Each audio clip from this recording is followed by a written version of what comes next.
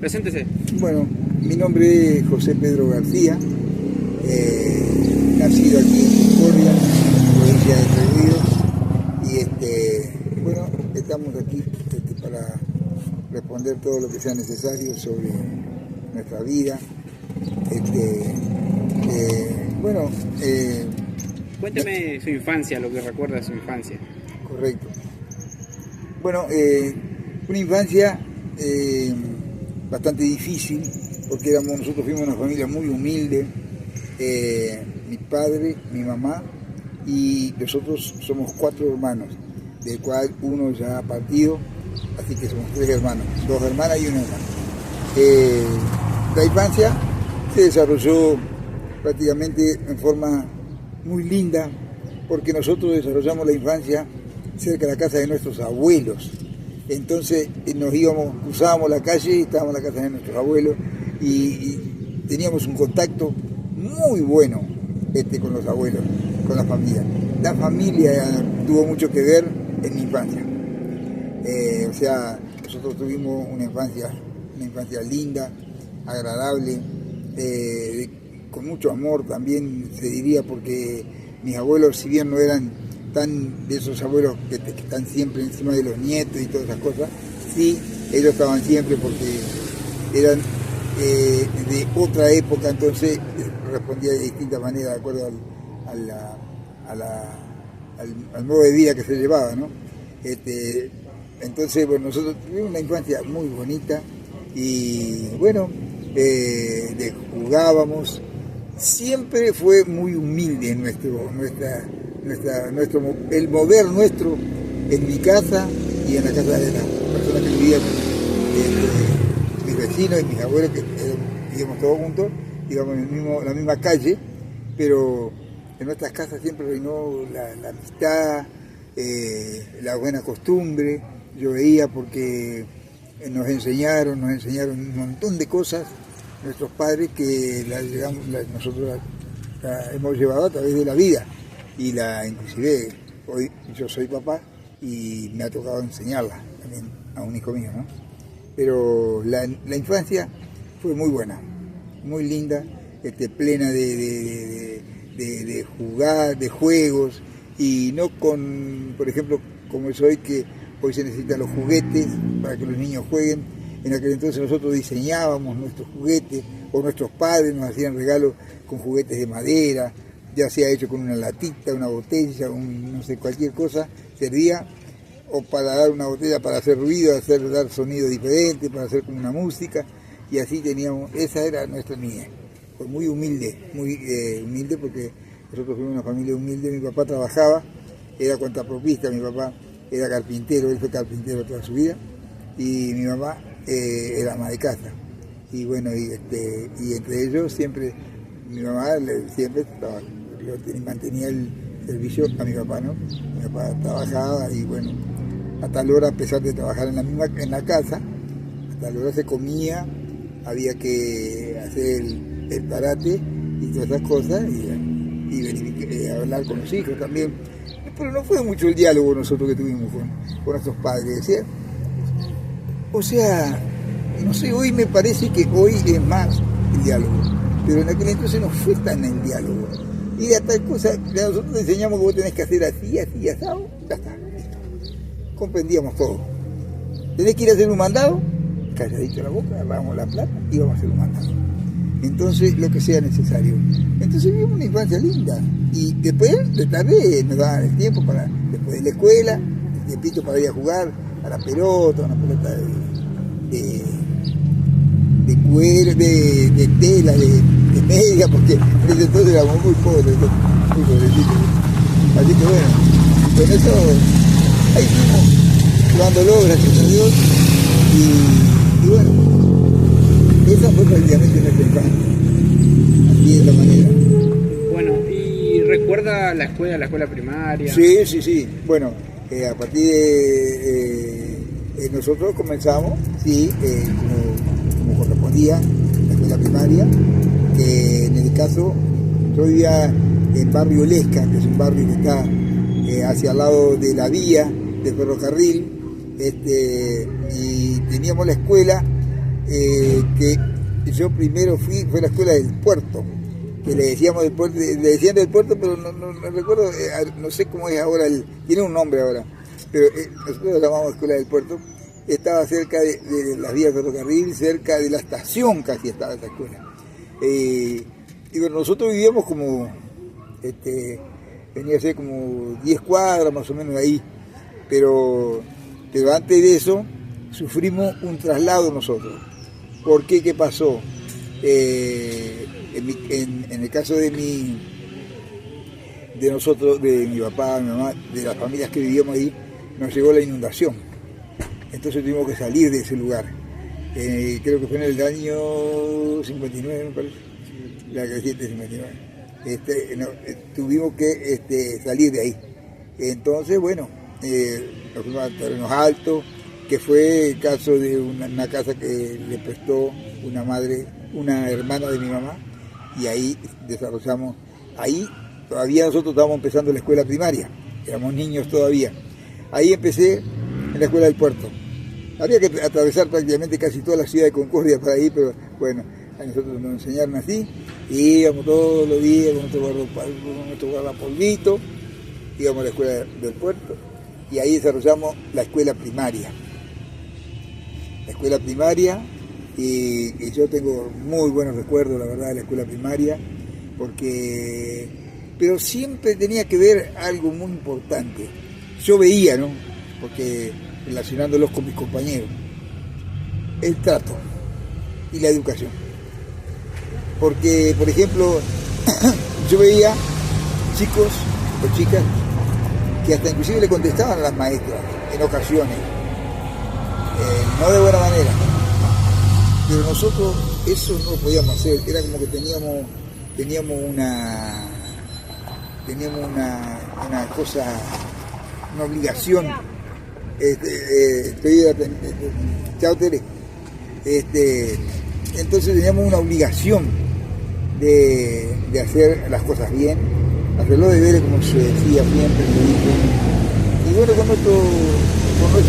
y ahí tuvimos la educación de la escuela, todos lo asumimos, principalmente yo era el mayor, y después seguía mi hermana, pero yo creo que la primaria ellos no la desarrollaron ahí en la escuela del puerto. Ellos ya iban más cerca de ahí, en el otro domicilio, en calle La Prida, entre La Prida y Balcarce. Por ahí ya iban a otra escuela, creo que a la escuela San Martín, que estaba cerca de ahí. Mis dos hermanas y mi otro hermano. Yo hice allí la primaria, en la escuela del puerto. Muy lindo, una escuela maravillosa. Era muy humilde la escuela, muy sencilla. No sé si ustedes habrán visto o alguna vez tuvieron la oportunidad de ver lo que ahora es un edificio maravilloso. La escuela del puerto ahora es una mansión, tiene biblioteca, tiene todas las cosas nuevas, las cosas que tiene que tener una escuela de hoy, ¿no? Pero en aquel entonces era una casa vieja era en realidad refaccionada. Entonces habían hecho las piezas, dejaron un patio y el tejido, que era un tejido más o menos de 1,5 metros, no era alto tampoco, de ahí ya pasaba a las vías del ferrocarril, un trecho antes de las vías, donde pasaba, me acuerdo, del tren. Nosotros, adiós, ¿qué tal? Bien. Entonces, bueno, gracias a Dios, ahí desarrollamos la escuela primaria. Nos enseñaron, tuvimos maestras muy buenas.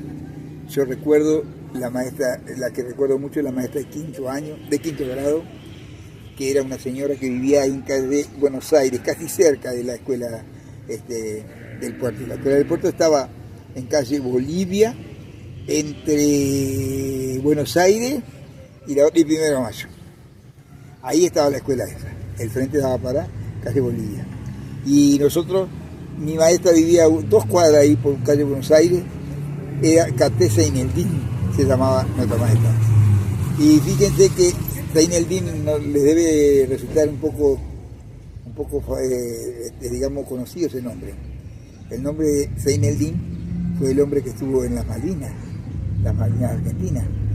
Fue uno asignado, un militar, era militar, el hermano de nuestra maestra. Y bueno, Caté Seineldín era nuestra maestra. ella hacía, nos preparaba trabajo para darnos prácticos, para que nosotros aprendiéramos con ejemplos, con todo. Y bueno, allí desarrollé yo los primeros 7, creo que 6 o 7, hasta sexto grado. Esa fue mi escuela primaria, allí. Y terminé esa escuela primaria, terminé bien, con notas altas, pero el sacrificio era irme hasta allá, porque yo vivía lejos de mi casa, entonces se me complicaba un poco. Pero de todas maneras, ya las cosas estaban dadas de esa manera y yo ahí iba a terminar la escuela primaria. Y tuve mucho éxito, me fue muy bien en la escuela a mí. Realmente no tuve casi tantos tropiezos en los aprendizajes ni nada. Yo le ponía mucho de mí mismo, de mí. Me gustaba aprender me gustaba. Me sigue gustando hasta ahora todavía, pero me gustaba aprender. Y ahí terminé la escuela primaria. En la escuela,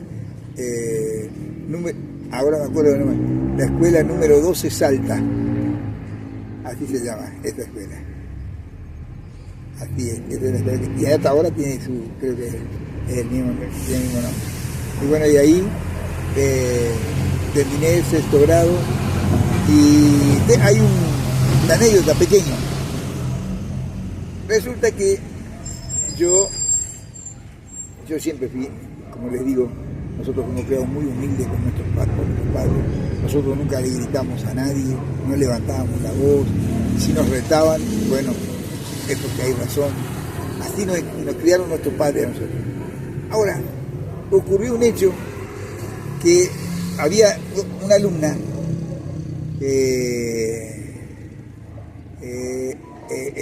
Elizabeth creo que se llamaba, y miren qué coincidencia, el apellido mismo era el mismo apellido que el mío, García. Nada más que ella vivía ahí cerca, ustedes capaz a lo mejor puedan conocer, o se acordarán del barrio Paredón, que estaba cerca de la escuela yendo hacia la Costanera, vamos a decir. Ahí había un barrio que se llamaba Paredón, creo, y ahí vivía esa chica, su familia, ¿no? Tenía una familia. Resulta que agarró, y esta chica era muy orgullosa, tenía mucho orgullo, era una persona de tener, vamos a decir, querer abarcar todo. Yo no, porque yo nunca, jamás, nosotros nos enseñaron eso, nunca. Nosotros bajábamos siempre, tranquilos. Y entonces, ¿qué es lo que pasó? Ella agarró y se ¿cómo es? La madre, vino la elección del mejor compañero, que me entregaban la medalla del mejor compañero. Bueno, yo me nombraron para como participante. Yo acepté, bueno, está bien, bueno. Y la otra persona la otra chica era ella, en la escuela, en el grado de la escuela, en el último grado. Y ahí se iba a elegir, o sea, los propios compañeros elegían al mejor compañero, pero todo secreto, obviamente, en escrito, todo, se iba votando, una votación bien legal. Y entonces, bueno, se tomó y se votó. Y resulta que salgo yo el ganador de la medalla del mejor compañero. Bueno, todos mis compañeros, todos me saludaron, todos, pero ella quedó mal. Ella quedó como ofendida. Entonces, lo malo que fue que intervino la mamá, vino la madre de la escuela a hacer un lío, porque ella era la mejor compañera, que ella tenía las mejores notas del grado, que ella tenía esto, que tenía el otro, que tenía esto. Y yo por eso me acuerdo muy bien de esa maestra, Caté Seineldín, porque Caté era el nombre de ella. La llamó a la mamá y le dijo, ¿no? Y le explicó bien claro cómo fueron las cosas. Ahí no votó ella, sino que votaron todo el resto, no sé por cuánta cantidad de votos que dio, saqué yo la medalla de mejor compañero. Así que, si bien le podía haber tocado a ella, pues si le votaron a Pedro, le correspondía a Pedro. Y ahí se terminó el drama. Esa fue una anécdota de la escuela primaria. Yo saqué, y la tengo todavía la medalla. La tengo la medalla de mejor compañero. Y bueno, y así, la primaria la terminé ahí, y bueno, después, ya nosotros no vivíamos ahí en el barrio Lesca, sino que vivíamos ahí en calle La Prida, entre Priván y Valcarce, y una casa de una hermana de hermanos de mi mamá. Y ahí seguí. Y bueno, gracias a Dios, yo seguí estudiando, porque claro, éramos muy humildes, y ahí ya cuando nos cambiamos ahí, a ese lugar, ya nos quedaba todo lejos. Y ya mi papá tuvo que hacer un tallercito ahí, qué sé yo, como para ir tirando. La cosa se puso más difícil. Entonces, a partir de ahí yo empecé a trabajar, como era el más grande, empecé a trabajar empecé a trabajar en carpintería, en carpintería, sí, digo, bien ayudado a mi papá. Pero primero empecé a trabajar en el gas, en el reparto de gas, de garrafas, con un patrón buenísimo que vivía ahí en calle La Prida, y que se llamaba, creo que se llamaba La Prida Gas, que estaba al lado de la casa donde nosotros vivíamos, en calle La Prida, al 1180, 1100 y algo, al lado de la casa nuestra. Y yo empecé a trabajar con ese hombre, y él traía las garrafas de Concepción del Uruguay, me acuerdo, en un Bedford. Ese fue mi primer trabajo. No sé cuántos años yo tendría, tal vez, no sé, 16 años más o menos, por ahí tendría. Y bueno, a repartir, y en la bicicleta repartía en la ciudad. Entonces no había dos casas grandes que vendían gas. Uno era este hombre, exacto, La Prida Gas, y el otro era Zaporiti. Zaporiti allá cerca de la Plaza Nueva, que creo que está todavía ahí. Yo creo que el hijo sigue con el gas. Bueno, fue mi trabajo, ahí yo agarré, seguí, y bueno, gracias a Dios tuve la oportunidad de empezar a ganar mis primeros pesos, y bueno, empecé a ayudar en casa, ayudar un poco a comprar algunas cosas y todo eso, y bueno, pero seguí adelante con eso, a mí me gustaba mucho. Y bueno.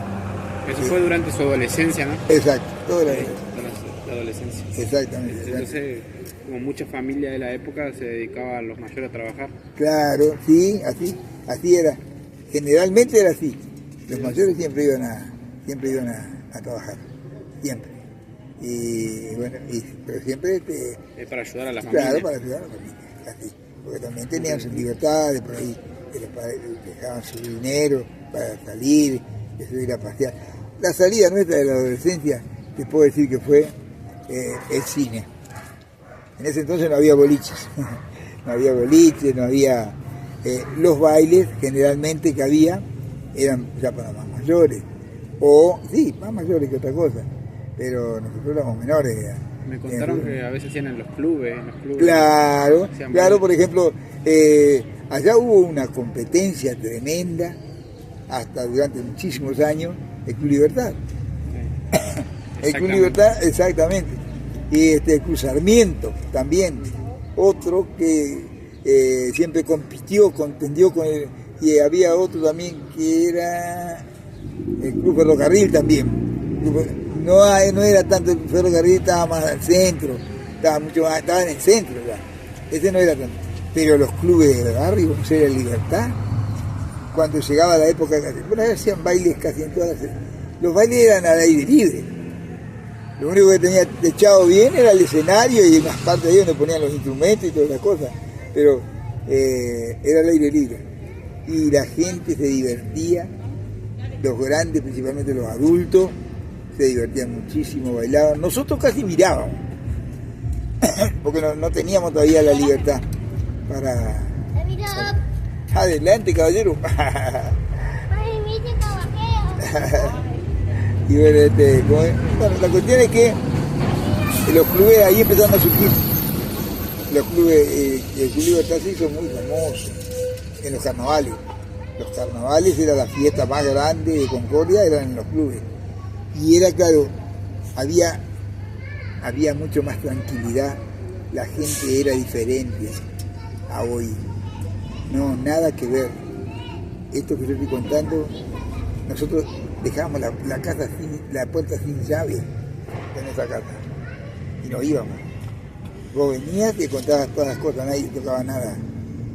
Por allá algún escaso, loco suelto que hubiera por ahí, pero si no, nunca pasaba nada. Nada, nunca, nada. La policía andaba paseando cuando andaba mirando si pasaba algo, porque nunca pasaba nada. Estaba algún borracho, alguno que por ahí que esté molestando, esté haciendo algo. Pero si no, no. Y bueno, pero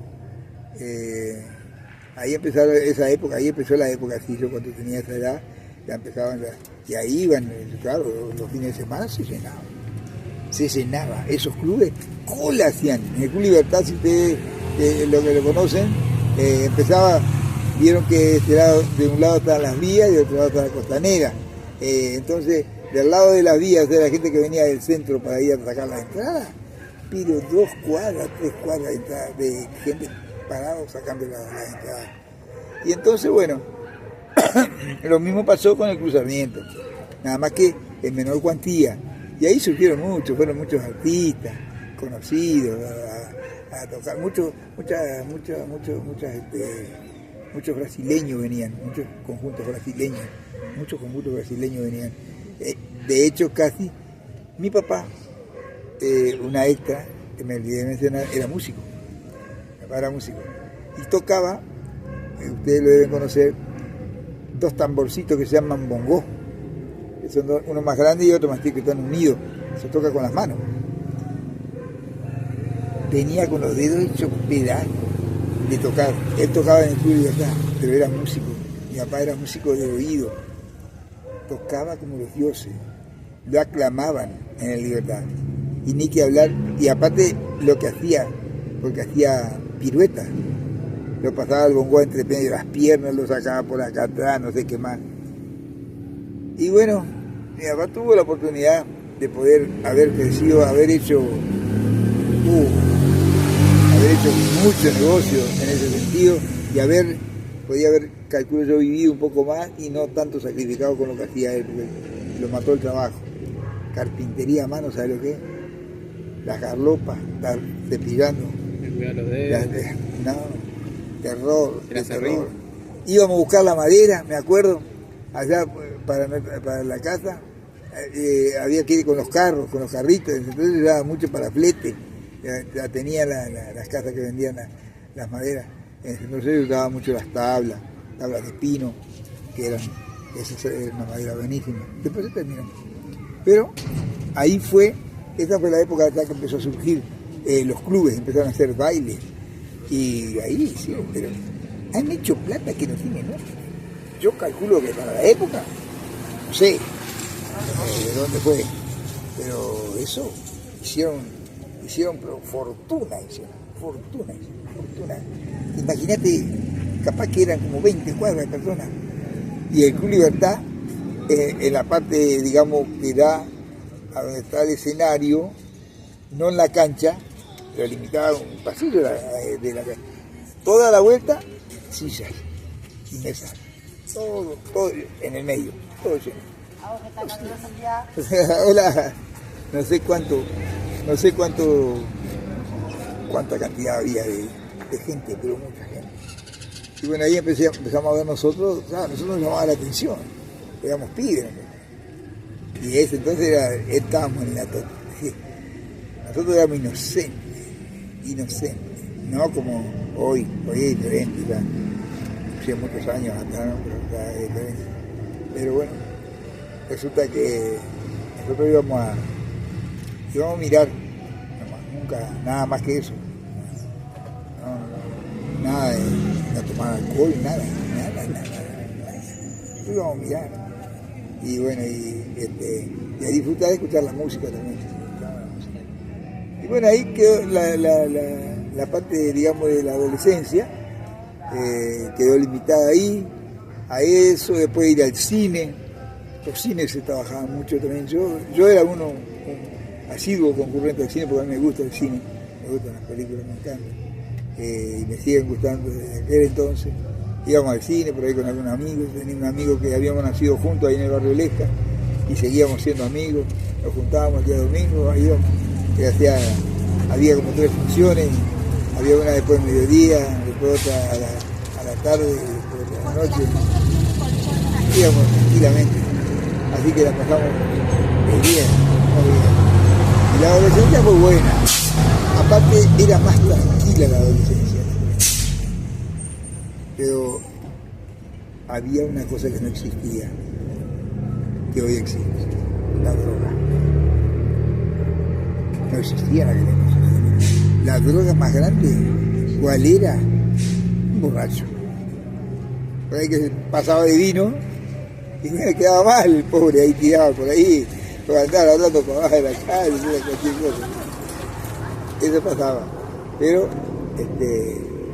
no pasaba más que eso. Pero la droga no existía. No se veía como se ve ahora. No, nada, pero nada. Inclusive las bebidas. Por ahí tomaba, que yo creo que inclusive el club le vendía a mayores de 18 años, si no me equivoco. No, menores no, nada. Menores, la botellita, medio como la mirinda, era chiquita, me acuerdo. Esta cantidad, esa vendían cualquier cantidad. Perdón. Y entonces esa era la bebida del momento. ¿El alcohol no, nosotros no conocimos alcohol. Pero yo, en mi caso, fue más años todavía, porque habrá sido capaz como a los 20, por ahí. Ya iba a un baile que por ahí había tomado una cerveza. Una cosa de loco. Pero no, los chicos, no, y las chicas tampoco no tomaban. La mala vida y malas acciones y todo lo demás siempre existió. O sea, estaban la juventud que iba a divertirse y la otra que por ahí iban a intentar hacer daño o por ahí de transarse con alguna chica que ya la conocían porque eran en aquel entonces los personajes de alrededor de la vida real eran conocidos. Ya sabían que iban para determinadas acciones, no con las buenas intenciones. Pero después con las buenas intenciones había chicos. Mucha gente. De hecho, mucha gente, ¿cuánta gente se conocía ahí en el baile de la Libertad y de Sarmiento y se casaron? Y han tenido cantidad de hijos. Así que yo creo que ahí fue una época muy linda, floreciente, acá en Concordia. Y bueno, en ese entonces no estaba la represa tampoco. No estaba la represa de Salto Grande. ¿Y hubo todo un movimiento acá en Concordia con eso de la represa? Sí, grande. Se movía la mano de obra, los comercios. Impresionante. ¿Qué recuerdan? Eso lo recuerdo bien, porque hasta las explosiones sentíamos. Las detonaciones. Las detonaciones, sí, y captaban la piedra. Tenía que desviar el curso del río, verlo pasar al río Uruguay como si fuera un riachuelo, pero salía de ahí, digo, siempre. Pero una cosa para nosotros fue una maravilla ver eso. Los camiones raros, esos camiones, que no me acuerdo cómo se llamaban, que esos camiones transportaban piedra, y después los que transportaban el hormigón. Porque no estamos hablando del hormigón, pero la represa es solo hormigón, es todo hormigón. Era una maravilla. Eso lo vivimos nosotros, eso nos cambió la vida. Ver hacer esa represa, toda la gente que íbamos pasar nosotros por Concordia para aquel lado, era impresionante. Y bueno, y así se hizo, y así se gestó Salto Grande. La gente ganaba muy bien en aquel entonces, porque pagaban muy bien, eran todos extranjeros, los directivos, ¿no? Y la gente pasaba, les iban a cobrar, se puede imaginar, era plata, había para todos lados, porque compraban en los negocios, las casas que vendían en el centro, se llenaban de gente que compraba ropa, calzado, regalos, qué sé yo, un montón de cosas. Ahí floreció Concordia, floreció mucho con la avenida de Salto Grande. Pero yo, no sé, hay que conocerlo, ¿no es cierto? Yo, desde mi desconocimiento, vamos a decir, lo que puedo decir que hay una cara de Salto Grande que fue la que no me gustó, que es como progreso de 10, porque es una de las represas más grandes de Sudamérica. No sé si no debe ser la más grande, no sé. Brasil tiene muchas, pero Salto Grande, aparte, está ubicada en un lugar estratégico. Porque yo después vine sabiendo, aprendiendo, porque uno que vive acá, escuchar los comentarios, y pasa a ser una represa reguladora de las crecientes del norte, que ya allá la represa de Paraguay, de Brasil, ya no pueden retener el agua. Salto Grande era la que iba regulando el paso, el agua y todo eso. Fue muy bueno. Y después sí, reconozco también la energía. La energía fue mucho más barata. Lo que pasa es que pasa como todos los negocios en el mundo, pasa todo lo mismo. O sea, surge una fuente y se la disputan. Se la disputan. Primero acá fue los países, ponerse de acuerdo y bueno, hasta que se pusieron de acuerdo. Acá, a Salto Grande, supuestamente los que saben, vuelvo a decir, yo de mi desconocimiento lo digo, pero los que saben dicen que la energía a nosotros tendría que salirnos prácticamente casi gratis. Ese es el comentario. Y se supone que va a haber muchas cosas que habrá que hacer, todo lo que sea. Pero si alguien dice eso es porque algo debe haber. Y bueno, y así, el Salto Grande fue hermoso. Pero aparte, rompió todo el ecosistema del río. Yo me pongo a pensar, ¿no? Esa semejante mole. Yo digo, las explosiones temblaba la ciudad, acá temblaba la ciudad. Acá que no se dijo, casi nunca se dijo eso. Porque aparte le ponían reductores de sonido y qué sé yo, cuántas cosas. Pero era impresionante la explosión que había. Y no sé, la profundidad es tremenda. Y el problema fue la riqueza hícola. El pescado. No nos olvidemos que nosotros veníamos de ser un país, de ser una ciudad, por ejemplo Concordia, pescadora. Ajá, eso es interesante, Concordia. Se comía más pescado antes, sí. Porque ahora casi ni se come. Sí. Yo tengo una experiencia tan grande porque da la casualidad, mi papá era pescador acérrimo, pero no de aquellos pescadores que tienen reel, que tienen chichichichi, que tienen los cositos para esto, la cosita para el otro, la cosita acá. No, el pescador rudo, el rudimentario. Recuerdo que una caña para pescar bogas, por ejemplo, él me enseñó una caña de 1,5 metros, ponele, desde hasta cuadra, seca, le ponía un alambre en la punta, asegurado, como que tenga como pasante, y ahí pasabas en aire. Una brazolada de nylon de 2,5 metros, ya estaba, ya para aquel entonces, 2,5 metros, 3 de largo, y ese le daba una brazolada del corcho usábamos nosotros los corchos, para hacer las boyas. Y allá en la punta, 2 anzuelitos, o uno si no tenía más. La cantidad de pescado que había, no te imaginas lo que era.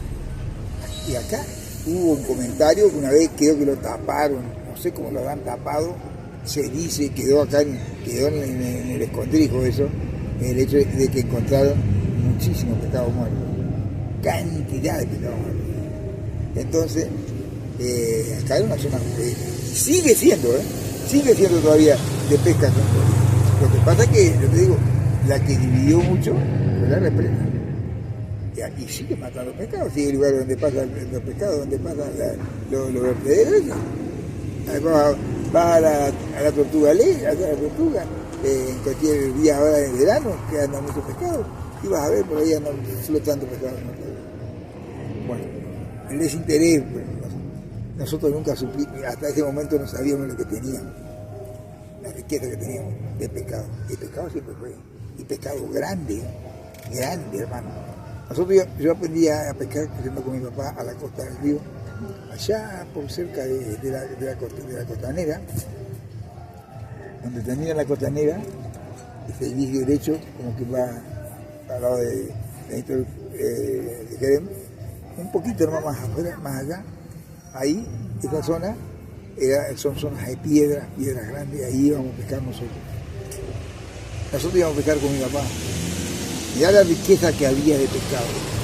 Nosotros íbamos a pescar, mi papá decía al mediodía, dejábamos trabajar un ratito los dos, en el tallercito que teníamos, y íbamos, bueno, vamos a pescar, Pedro, dice mi papá. 1 de la tarde, hasta las 3:30, 4, no venimos, porque después hay que seguir trabajando. Entonces, bueno, nos íbamos 2 cañas. Él hacía las bolsitas con la lonilla, la loneta de sillones, que nosotros le cambiábamos mismo, los sillones de madera que había antes, tenían un catrecito que la lona se deterioraba y nosotros la cambiábamos. Con eso se hacían las bolsitas. Una bolsita, en cada bolsita entraban 3 bogas, pero 3 bogas de más o menos capaz, así de ancha, de 12 centímetros, sino 15, largas así. 3 sacábamos cada uno de los dos. Íbamos a la 1 para las 3. Ya estaba la pesca hecha. Bueno, el caso de mi papá él siempre fue pescador, le gustó pescar, pero así de costa. Bueno, entonces agarró y dice, sacaba lombrices, teníamos un lombricero en mi casa, en el fondo un criadero, que mi papá lo mantenía así, y después, ¿cómo es? Eso era lo que más usábamos. Y después sí, la masa hacía. Yo nunca la pude hacer. Nunca la pude hacer a esa masa, porque era especial la que preparaba, porque no se desarma. Porque vos decís masa, en el agua se tiene que desarmar. No, se cocía, se cocía con agua caliente, entonces quedaba como un engrudo pero duro, se la dejaba secar y con eso pescábamos la boga. Y ahí pescamos y nos veníamos con 3 bogas cada uno. Pescado para tirar para arriba, porque ahí yo ya me había casado ahí en esa época. Ahí ya dejaba de ser adolescente ya. Ahí ya yo me había integrado, había conocido una chica y después trabajando así con mi papá, nos pusimos entre los dos y nosotros no teníamos vivienda.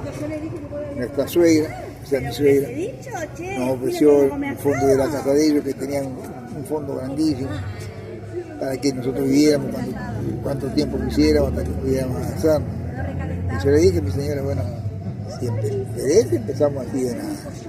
Y si no, esperamos.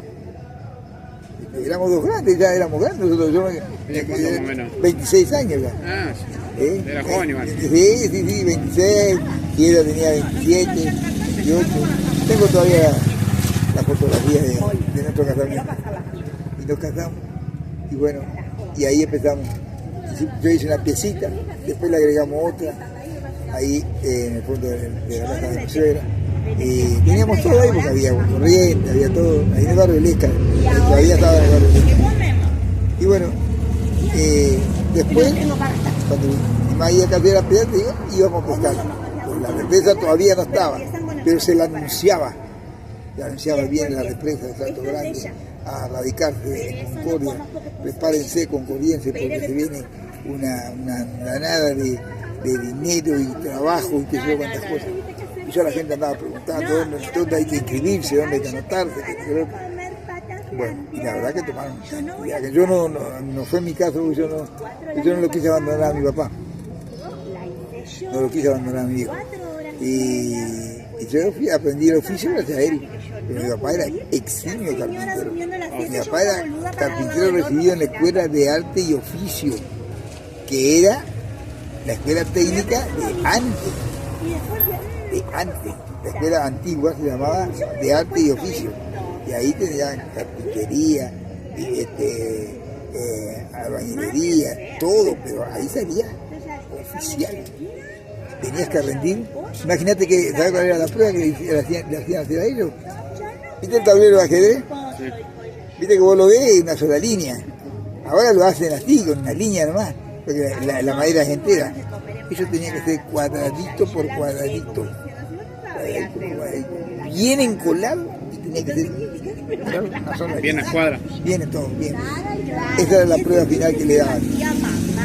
Hagas un tablero. El tablero de ajedrez. Y bueno, ahí tenemos. Era más exigente. ¿Era carpintero de banco? De banco, sí, exactamente. Y bueno, y teníamos una maquinita que era una multifunción. La multifunción Ajá. Trae varias. Para Algunas traen 11 máquinas. Ajá, 11 operaciones, sí. Esta era chiquita. Lo único que no trae es la sin fin. Ajá, lo único que no trae es la sin fin, exactamente. Esta era chiquita, era chica. Tenía una mesita de, creo que 50 por 50, nada más la mesita de ella. Y ahí tenía la circular. Sí. Y el muñeco seguía, de un lado tenía la piedra esmeril para afilar. Y después del otro lado tenía para colocarle, ¿cómo se llama? Para hacer las ranuras y todas esas cosas que se hacía, que era una herramienta que se le colocaba que te daba lugar también para ponerla ahí. Pero esa mesita había que estirarla más afuera para poder poner la masita, para poder cortar bien la madera. Todo un proceso de ahí. Lamentablemente,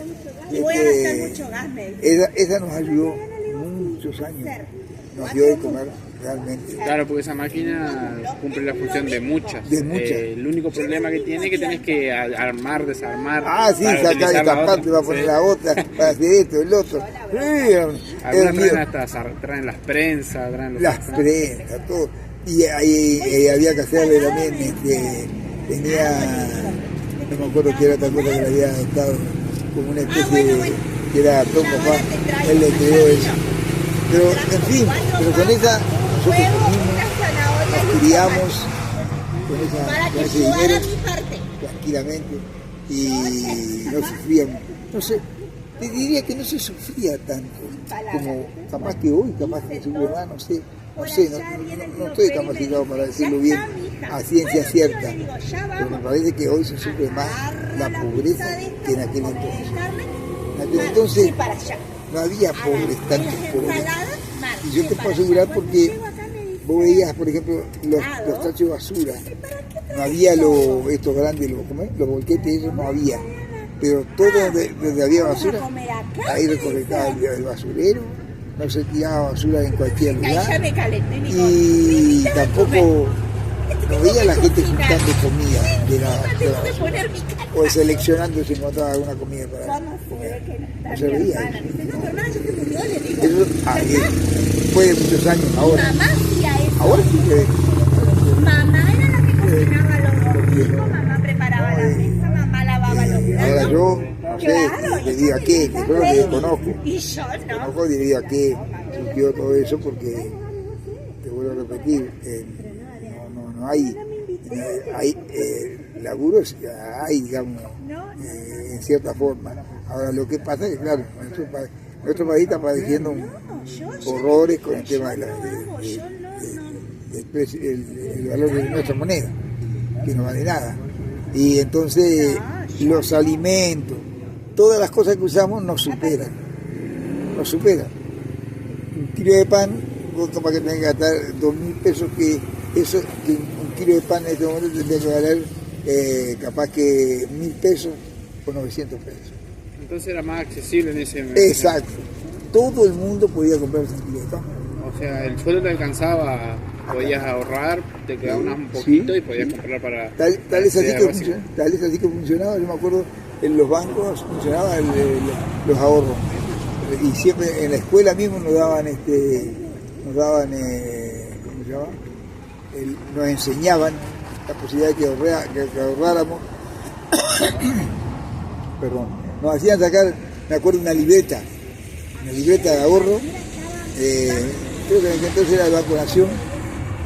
Cuando nosotros estábamos en la escuela primaria ya, nos hacían sacar. Y se compraba, con la plata vos comprabas las estampillas. Claro. Ibas pegando, ibas juntando. Yo escuché una vez a eso en la radio. Claro. Lo escuché el cordobés que estaba en el ET15. Ah, sí, Cañete. Cañete habló.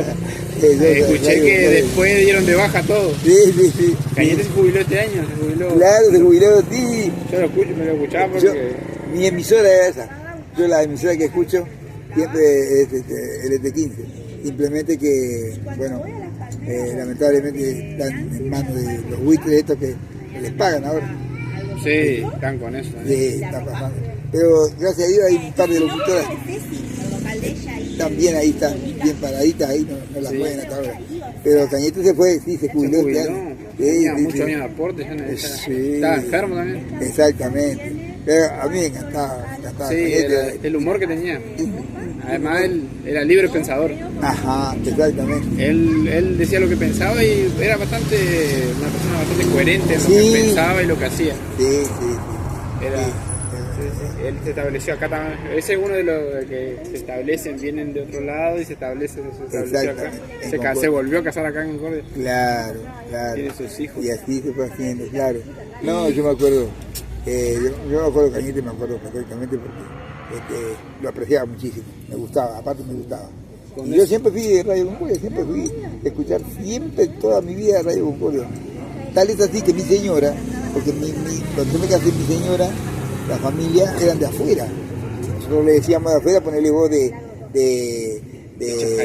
Chajarí, de San Salvador, ponerle voz, Guajay, de General Campo.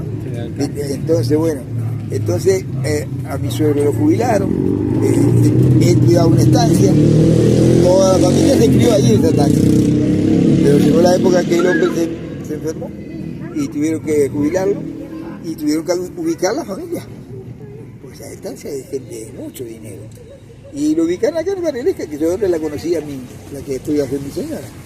Y el abuelo vino a vivir acá, le dieron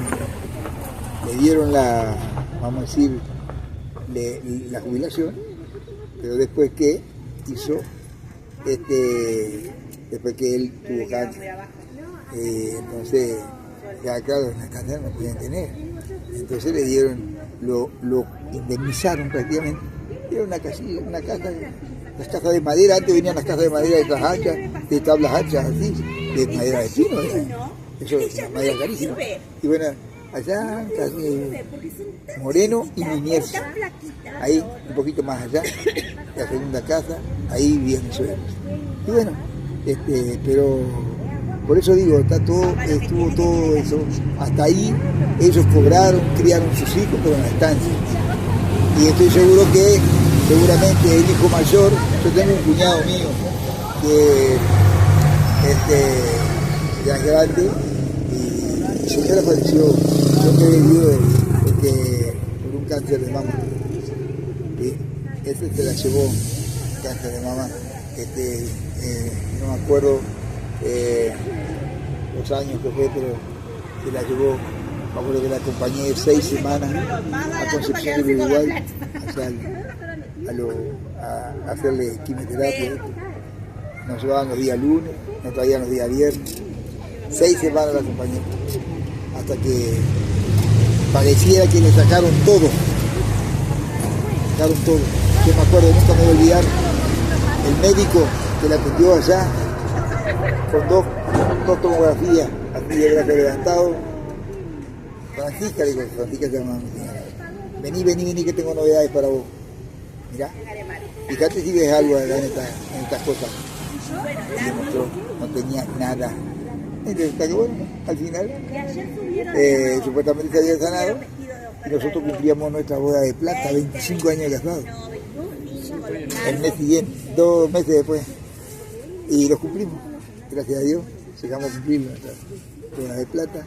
Y yo me acuerdo que la encargada allá del hogar que hay allá, porque allá nosotros nos atendían aparte, porque viste que la gente que va por obras sociales y todo eso, van por otra vía allá. Lo pagan, sí. Los hospitales no. Yo fui a Buenos Aires, terminé el curso, porque eran cursos que te daban, te daban todo de escuela norteamericana, y yo terminé con un diploma que no era un diploma cualquiera, te daban un realce especial y te ponían en qué. Yo me había especializado. Bueno, y ya te digo, yo llegué a un momento que no pude ir, creo que eso lo había contado, no se pudo realizar esa idea mía porque yo tuve esa posibilidad. O sea que no sé si se hubiera dado la situación, pero creo que sí, porque estaba todo dado. La escuela me daba una beca no como las que se hacen acá en la Argentina, una beca completa, con casa, vehículo para trasladarme si yo necesitaba, todo. Si necesitaba profesores adheridos que tuvieran que adherirse para que yo me cultuara más, y bueno, lo ponen. Es Norteamérica. Y bueno, yo no pude hacerlo eso. Quedó como tarea pendiente. Y bueno, y después yo continué, sí, continué. No, antes. Venido, que siga bien. Nos vemos, Corrito. Entonces, bueno, ahí fue que cambió toda la historia. Nosotros, yo ya me dediqué aquí, porque mi papá estaba enfermo, ya no podía trabajar, y yo me vine de Buenos Aires, estuve allá, después que terminé eso, tuve un tiempo, qué sé yo, me gustaba Buenos Aires, pero no me quedé mucho tiempo allá. Adiós, bien. Y entonces no me quedé mucho tiempo, sino que agarré y me vine porque pensé, mi tío me quería matar, sí, porque había despreciado eso, pero yo pensé en mi viejo, mi padre. Entonces en mi casa estaba sin conducción, porque mi papá enfermo, y mi mamá tenía un problema de alcoholismo, porque mi mamá tuvo problemas de alcoholismo, de eso murió de hecho, pobrecita mi madre. No la pude sacar, no pude nunca sacarla de esa enfermedad. Y bueno, pero lo intenté. Y bueno, todos los primeros años de mi vida como adulto, vamos a decir, yo ya lo vivía sosteniendo la vida en mi casa, ¿cierto? De mi padre. Pero bueno, todo eso pasó. Después vino la etapa nueva mía, que fue que me casé. 26 años tenía yo, 28 años tenía mi señora. Y bueno, empezó la lucha, ya una lucha personal, porque ya ahí estaba enfermo ya mi papá, poquito tiempo, falleció mi papá también.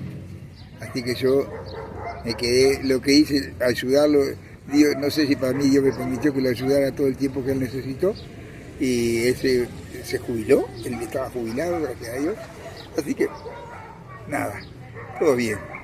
Y entonces ahí empezó otra nueva vida para mí, nos pusimos de novio con esta chica, y se usaba mucho en aquel entonces el noviazgo, o sea, no se veía tanta juventud de novios.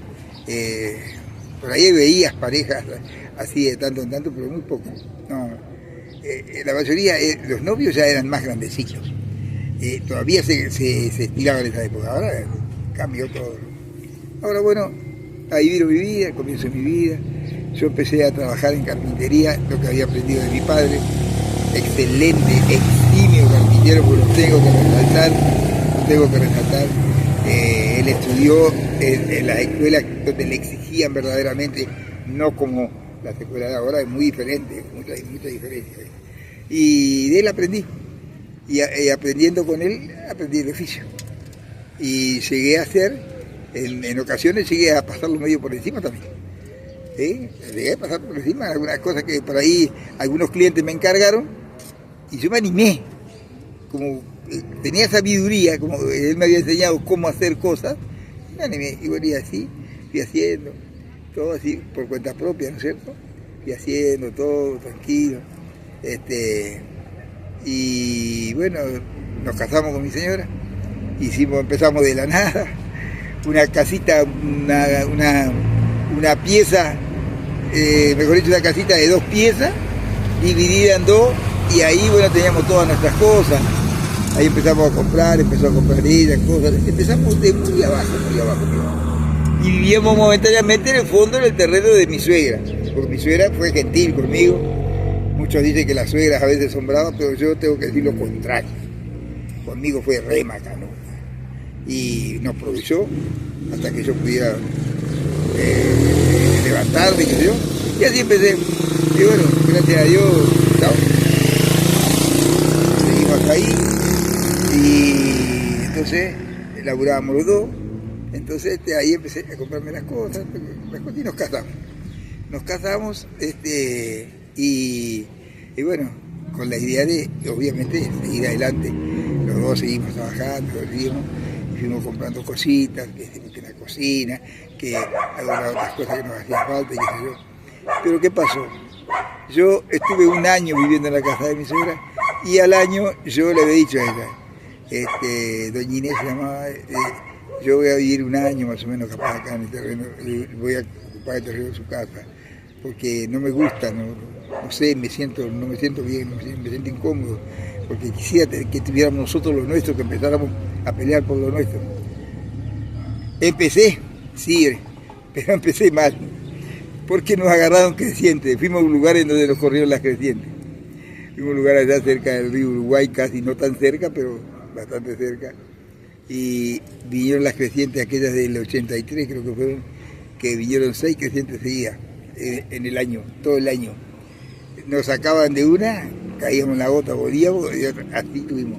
Hasta que la última cuando fui a mirar, a visitar mi casita, que estaba bien sostenida le había puesto unos hierros gruesos, unos hierros gruesos así, esos que tenían salto grande, nervurados, había conseguido 4 y lo había estaqueado bien. La levantó de los 4 y se la llevó. Nos quedamos sin casa. Y ahí sí, después vino la bendición, digo yo, porque a partir de ahí empezamos a peregrinar en los centros de evacuados. Porque todo lo que nos sacaban por la creciente, ¿viste? Para ayudarnos o para tirarnos la cuarta, como se dice habitualmente, teníamos que ser inundados o haber estado. Es lógico, es lo normal. Y así fuimos ayudados, y así yo también había perdido casi muchos clientes a través de todo eso. Bueno, la cuestión que en definitiva la sigo pasando, pero vino la bendición que nos... entre los vecinos de ese entonces que estábamos inundados, nos reuníamos una vez en una placita. Nos reuníamos en una placita a ver qué es lo que hacíamos, porque la municipalidad estaba pendiente de nosotros, a ver qué decidíamos hacer nosotros, pero era el gobierno militar, hermano. Ahí estaba Aragón, Isaac Aragón, era el intendente de Concordia de ese momento. Exacto. Era un gobierno militar, estaba el gobierno militar.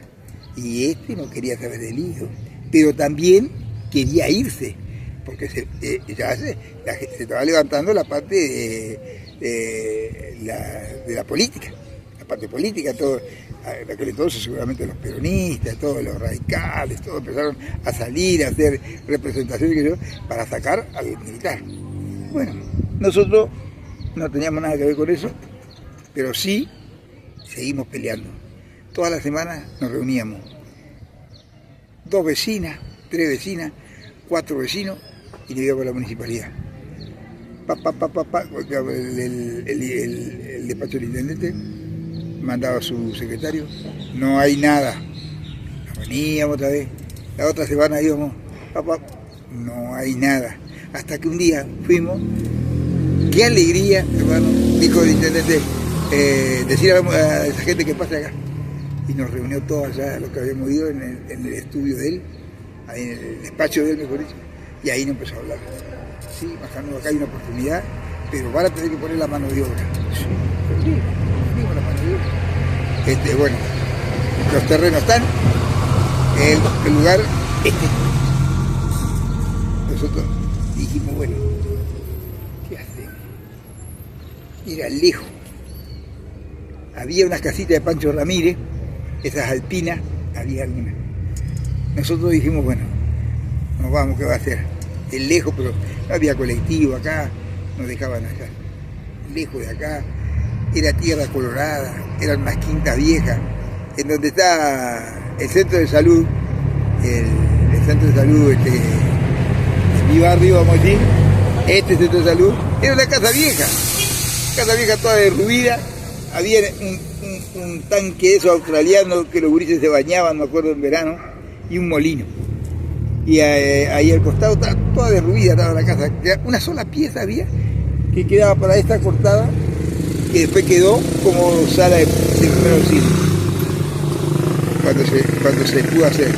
Lo principal es que nosotros estábamos contentos porque íbamos a empezar en el corralón municipal, se hizo, las mujeres nos ayudaban a los hombres haciendo bloques. Ahí estaban las bloqueras de la municipalidad, que la teníamos a disposición nosotros. Entonces llegaba después del mediodía, iban nuestras esposas, las que podían trabajar, las que podían hacer fuerza y esa cosa, porque es un trabajo de fuerza. Hacer bloques, los bloques esos grandes de cemento, ¿te acuerdas? Sí. Bueno, eso. Y ahí empezamos. Y dale, que te dale. Y teníamos un maquinista en el lugar en donde nosotros estábamos, que el terreno venía a ser casi, el terreno era prácticamente el fondo de mi casa acá, y se tendía para allá, porque todo era un solo terreno grande. Todavía no se había dividido las viviendas que como se estaba construyendo, se habían demarcado las casas, pero no se había dividido en los terrenos y todas las cosas, que iban a ser de 25 por 10, las casas, no los terrenos de las casas. Bueno. Un maquinista de la municipalidad lo teníamos enloquecido al pobre hombre. No sé, yo creo que debe ser lo peor que pude, la elección peor que pude haber tomado, de querer trabajar para la vivienda nuestra. Porque lo corrían, había varios albañiles, nosotros teníamos unos uruguayos, gente uruguaya que vivía acá en Argentina, y eran albañiles, pero trabajaban, corrían. Y entonces, bueno, pero gracias a Dios, ahí empezó. Y empezamos, un año trabajamos, un año. La municipalidad nos ayudó con el techo, a techar el techo. Eran 3 habitaciones, en línea, así. La única que está es la que está acá al lado de mi casa, que quedó sin terminar porque el papá de la chica que estaba ahí murió. Eran 3 habitaciones, creo que de 4 por, o de 350 por 350, 3 habitaciones así, y se había pensado el baño en el fondo. En el fondo, o sea, ese es el proyecto de la intendencia nuestra. Bueno, empezamos, pero lo que queríamos es empezar las casas nosotros. Bueno, claro, porque no había cloaca. No había nada, no había cloaca, no había nada. Todo se iba a hacer, ¿cómo que se llama? Autoconstrucción. Claro, autoconstrucción. Y el tema de la cloaca, se iba a hacer un drenaje, y en cada, donde se juntaban 4 terrenos, quedaba 1, 2, 3, 4 casas. Entonces, en cada rincón ahí se iba a hacer el baño. El habitáculo del baño, con cosas todo, en cada lugar de eso, se iba a hacer una losa gigante que se hizo. Una losa gigante, es así. Y los agujeros donde se iban, al finalizar, iban a hacer los inodoros. Y ahí se iba a construir, terminar, modelar todo eso. Pero ese era un pozo negro. Sí. Y ahí iba a ir todo y se iba a ir drenando. Sí. Eso por cañería agujereada, que lo iban llevando no sé dónde, a Campapaso, por allá, no sé para aquel lado, no sé dónde. Pero ese era el proyecto. Bueno, empezamos a hacer así. Y bueno, de ahí empezamos.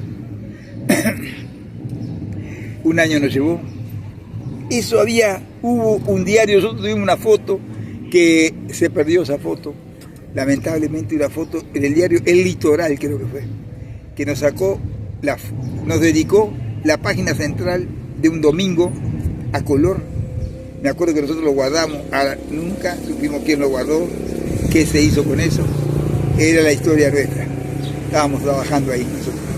Bueno, pasó y nosotros trabajando un año así, construimos estas casas. Ahora, cuando llegó el momento de la entrega, ya el intendente lo tenían, que se vaya. Y quiso terminar lo más rápido posible. Me acuerdo que nos puso ayuda en los techos para techar, gente de la municipalidad que nos ayudara. Y ahí empezamos. Nosotros teníamos varios, acá había muchos vecinos que sabían trabajar porque eran albañiles. Entonces era el trabajo de eso. Y ahí empezamos y seguimos. Bueno, resulta que se terminaron las casas, nosotros nos ubicamos, fueron sorteadas rápidamente. Fíjate qué paradoja. Casa sorteada, ¿cómo se dice? Como si fuera un gobierno democrático, cuando estamos en una dictadura. Y acá se sortearon las viviendas, en la municipalidad había fotos, estaban algunas autoridades ahí y se sortearon. Fueron las primeras 28 viviendas del barrio Constitución. Después se puso el nombre, no sé, que alguien preguntó qué nombre le vamos a poner al barrio, qué esto, qué el otro. Perdón. Y ahí se dijo Constitución. Pero fueron las primeras 28 viviendas. Fueron estas 4 donde vivo yo, las 4 del fondo, porque el lomo, digamos, cada terreno da lomo al otro terreno. Después, calle, ahí teníamos 10 viviendas, estas fueron más porque pasaron más allá, y 10 del otro lado completaban las 28. 28 viviendas. ¿Todo bien? ¿En la clase? Ahí le di la bolsita. ¿Ah, vino? Sí, ya le di. Bueno, Pedro. Está, no hay problema que la di. Y ¿cómo se llama? Entonces, bueno, ahí como es una vía nueva para nosotros. Pero también, ay hermano, habían desparramado tierra colorada para inaugurar las casas. Era prac, zambullirnos en la tierra colorada, llovía. Y el intendente se voló. Hizo la inauguración y lo mismo más. Se fue, claro, pues ya se iba. Sí, yo creo que al otro día ya tuvieron que entregar al gobierno. Y bueno, pero bueno, nosotros teníamos nuestras casas.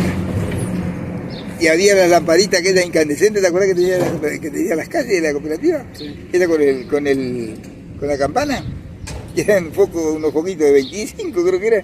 Vos tenías que mirar así para mirar la otra cuadra y no veía nada. Y así empezamos, hermano. Pero era tranquilo, no había dificultades, no es que robaban, ni que mataban, ni nada de eso pasó. En realidad, todo lo que vino, quizá vino después con la civilización, decimos nosotros, cuando se unió todo, Concordia se agrandó, y Concordia se agrandó, y nosotros fuimos los nexos, gracias a Dios. Y de acá le quedaba todo lejos, ¿no? Todo lejos. Sí, el colectivo 5 paraba, el 5 ahora lo vemos pasar acá, pasa por nuestra acá tenemos 3 líneas de colectivo prácticamente. Sí. La 5, la 3 y creo que allá arriba pasa el 1, y no sé si otros más también. Y bueno, no, en aquel entonces no, tenía que ir al Gauchito, ahí en Villa Jardín. Sí. Allá donde ahí ya doblaba, había una bajada y una parada. Ahí se doblaba el colectivo, el único que venía hasta atrás. Ahí sí te agarraba la noche a veces. La gente era una desesperación de venirse más temprano. Todo cambió. Pero después, claro, ahora no, ya. Ahora es otra cosa. Cambió todo. Sí, está todo. ¿Qué tal? Bien vos. Y ahora está todo cambiado, ¿viste? nada que ver, ¿viste? Es otra cosa. Así que bueno, pero nosotros la alegría más grande que teníamos nuestras casas. Y empezamos a hacer, bueno, todos trabajaban, algunos tenían ya ladrillos que habían traído, otros tenían techo para techar que habían guardado, que pudieron recuperar de las inundaciones, ¿viste? Que nos les llevó todo. Nosotros vivimos con los puestos, pero era nuestro rancho, nuestra casa. Era acá en el medio, esto se agregó después, para atrás son 3 metros más o menos cada vez, que cuando vinieron a vivir, que ellos que hicieron agrandar la casa, que en realidad la agrandaron para ellos, porque todo eso ahí es un solo salón, hasta donde está la división que va por ahí, de la puerta más allá, para allá. Y en el medio están las 3 habitaciones, y en la segunda, antes del baño, en la segunda habitación se dejó abierto para hacer alguna conexión que se quisiera hacer para el fondo o para adelante. Bueno, después cada uno digamos, lo fue modificando de acuerdo a las necesidades, ¿no es cierto?, que tenían de la casa. ¿Y acá nacieron sus hijos? Sí, acá nació, en el caso mío, un solo hijo. Este muchacho que vos viste hace un rato, este es mi hijo. Ya grande, tiene 45 años ya es grande ya. Y él formó su pareja, no hace mucho tiempo, cuando falleció mi señora, pues yo quedé viudo hace como 20 años. Un cáncer de mama se lo llevó a mi compañera y bueno, nosotros llegamos a cumplir las bodas de plata por ella, de casado, gracias a Dios. Y yo viví esos 25 años como lo vivió ella, lo vivimos re bien, pero solamente vino un solo hijo, no pudo tener más ella, porque cuando quisimos hacerlo, casi se murieron. Con el hijo, con este hijo mío que nació, porque no sé qué dificultades tenía mi señora, que se enredaba en el cordón umbilical, no sé qué cosa, y tenía dificultades. Bueno, no podíamos tener más hijos. Bueno, también. Pero después tuvo el tema del cáncer de mama, que lo peleamos, todo, lo peleó ella también, por supuesto, pero siempre yo la ayudé hasta el último segundo de su vida. De hecho, estuve hasta el último segundo de su vida, porque le operaron un pecho. El izquierdo se lo sacaron. Y yo se lo curaba, porque el doctor me enseñó cómo hacerlo y todas estas cosas, para que no tuviera que ir a andar trasladándose para acá ni para allá. Después de eso, vino el doctor Dupertuy, el oncólogo, y me dijo que íbamos a tener que llevarla a la Concepción del Uruguay a hacerle quimio, para que no quedara nada, que con el otro. Bueno, nos llevamos allá 6 semanas. Nos llevaban los días lunes y nos traían los días viernes. Después, imaginaos, no podía hacer nada, trabajar nada, cero trabajo. Bueno, nos ayudaban socialmente con alguna mercadería, algunas cosas. Después, nosotros allá no teníamos problemas. Allá era un hotel, porque está el hogar, no sé si tendrá todavía, el hogar para la gente que va por los hospitales, porque también tienen los hoteles y lugares de cosas donde que van por la gente que se atiende en los sanatorios o clínicas, ¿viste? Son pagos. Nosotros no pagábamos nada, teníamos todo al servicio nuestro. Teníamos al servicio nuestro, el hogar ese con la comida, todo. Bueno, no. Y ahí le hicimos, cuando salimos allá, no tenía nada. El médico nos mostró las tomografías. Se había desaparecido el cáncer.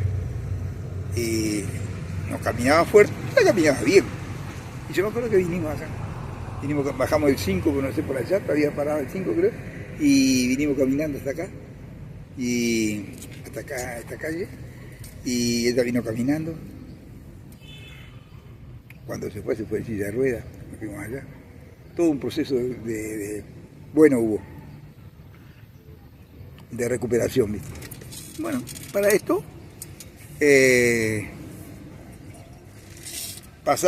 nosotros vinimos antes de un fin de año y el 27 de enero nosotros cumplíamos nuestra boda de plata. Y allá nos dijo doña Ramona, la que manejaba el hogar, allá nos dijo: si yo me llego a enterar que ustedes no celebraron la boda de plata, me voy al cementerio y los mato de nuevo. Yo me acuerdo de la frase que dijo doña Ramona, una señora muy buena, que era la que administraba ahí. Bueno, llegó el 27 de enero, nosotros celebramos, hicimos un pedacito de carne ahí con mi señora y compramos un vinito, no tomamos, nosotros no éramos de tomar mucho vino, nadie gaseosa, jugo se tomaba acá. Y bueno, entonces se hizo la fiestita, celebramos nuestra boda. Pasó enero, febrero, marzo y abril. A los 3 meses le renació en la cabeza, le reapareció en la cabeza. Vestigio de ahí, y bueno, ya vino, la tuvo que ver el doctor Rupertí, que era el oncólogo, y me dijo: mira, Pedro, vamos a hablar las cosas como son, esto vamos a decir una dura realidad, vas a tener que estar preparado. Señora, el lugar donde reapareció el cáncer no tiene nada que ver con donde estaba, nos quita toda posibilidad de poderlo operar o hacerle quimio, hacerle cosas, no nos va a permitir, porque el cerebro está todo imposible. Así que prepárate porque va a venir lo peor. Y bueno, dije yo, porque mi hijo siempre fue...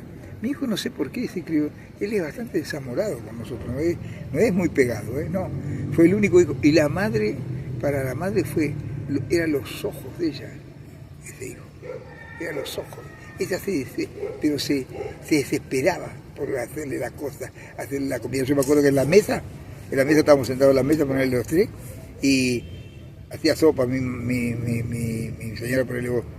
Y yo lo veía que ellos se miraban. No hablaban, pero se miraban, y se hacía entender que él no quería la sopa. Se levantaba ahí y iba a hacer una milanesa o cualquier otra cosa, papa frita, no sé qué cosa. Yo una vez, hablando con ella, le dije: mira, no lo hagas así, porque bueno, cuestiones de enseñanza. La cuestión es que ese hijo salió bastante desamorado, no salió pegado a nosotros, no sé qué pasó. Y lo sigue siendo hasta ahora, que tiene 45 años. No es muy adicto a la familia, no sé. Ahora que él tiene una hija, la nena esa que vino con mi nuera, es mi nieta, va a cumplir 15 años ahora. Bueno, están ahí atrás de eso, la celebración, y la quiere, y yo sé la idea de mi hijo, porque él siempre lo dijo, quiere que viva la hija lo que él no vivió, que no parezca ni pase lo que él pasó, ni todas esas cositas así, ¿viste? Pero para eso no se hace, no puede, es decir, está equivocado porque no se puede vivir la vida de otra persona, es imposible. Entonces, bueno, ahí están. Así que esa es nuestra familia, mi nuera, mi hijo y mi nieta. Pero la casa se dividió, digamos, espiritualmente se dividió cuando yo ingreso al Evangelio. O sea, cuando yo conocí el Evangelio, empiezo a ir a la iglesia evangélica y me doy cuenta que había otra posibilidad de acercarse a Dios.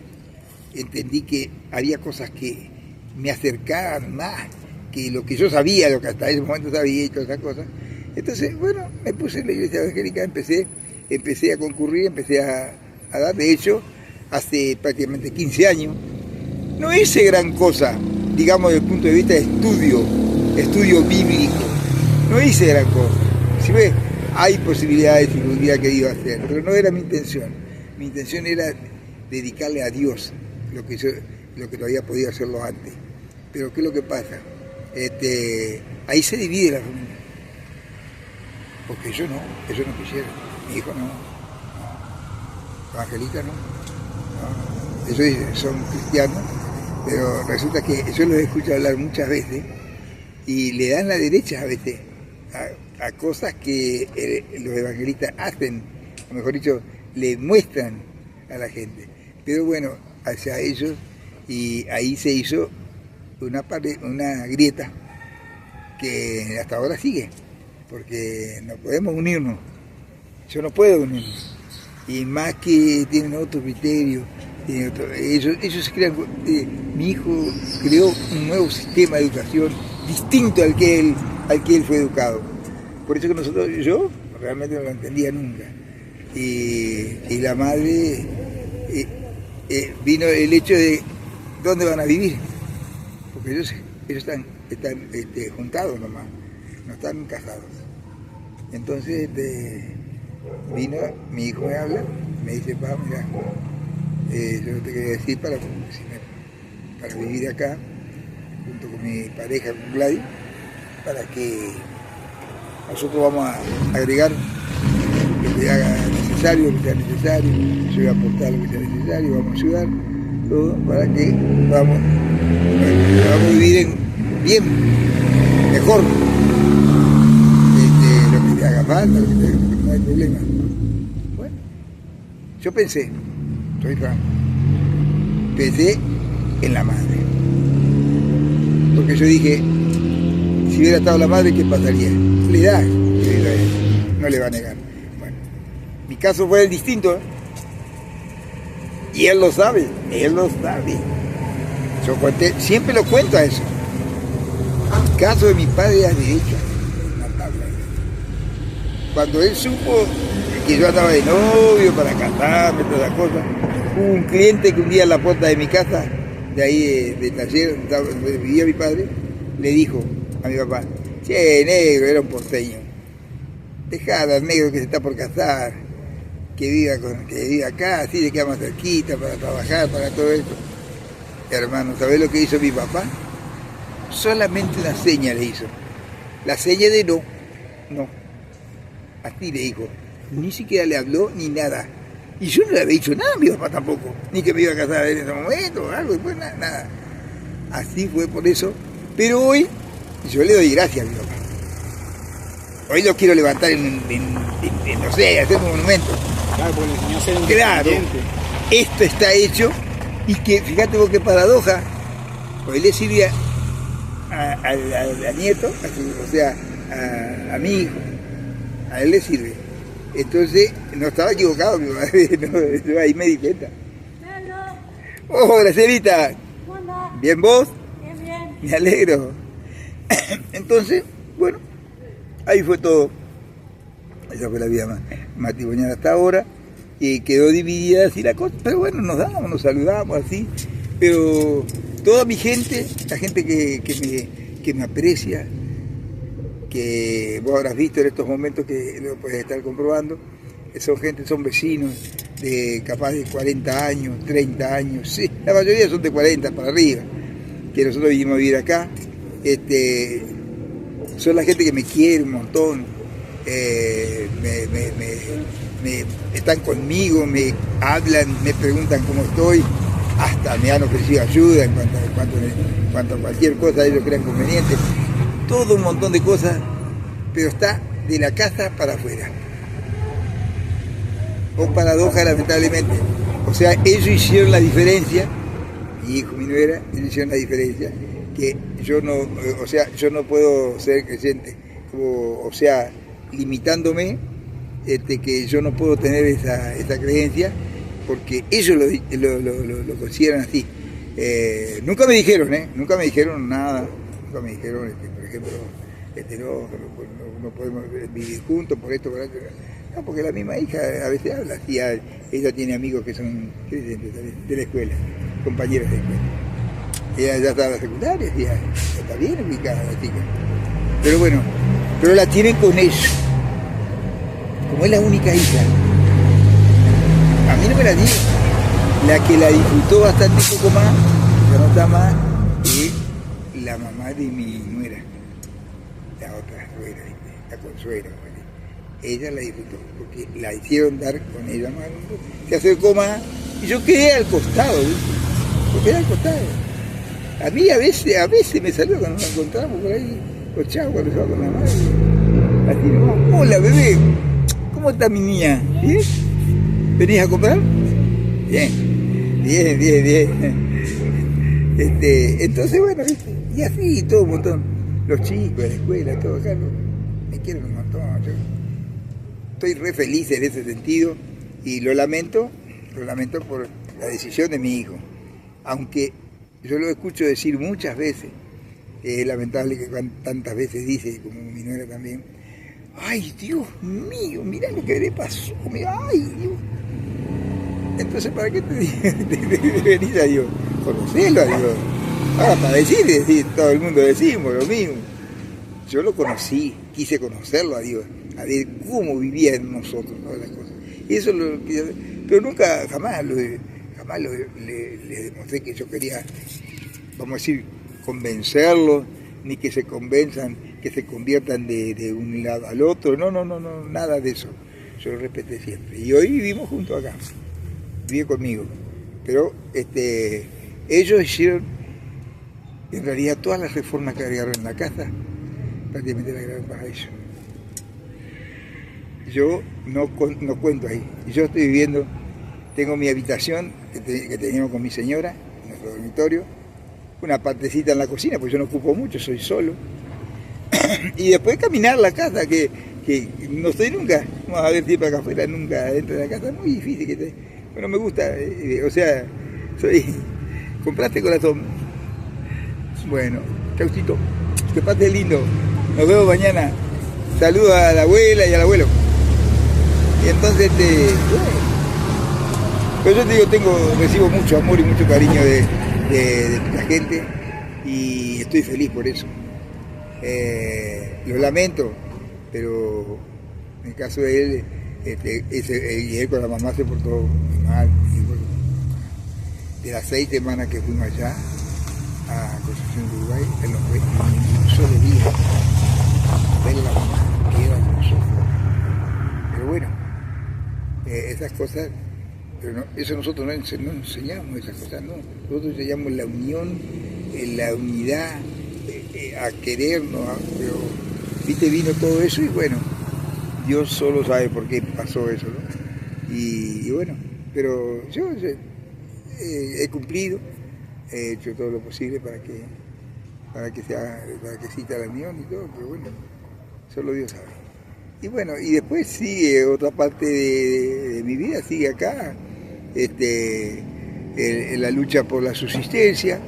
Bueno, yo, hay un detalle, cuando falleció mi señora,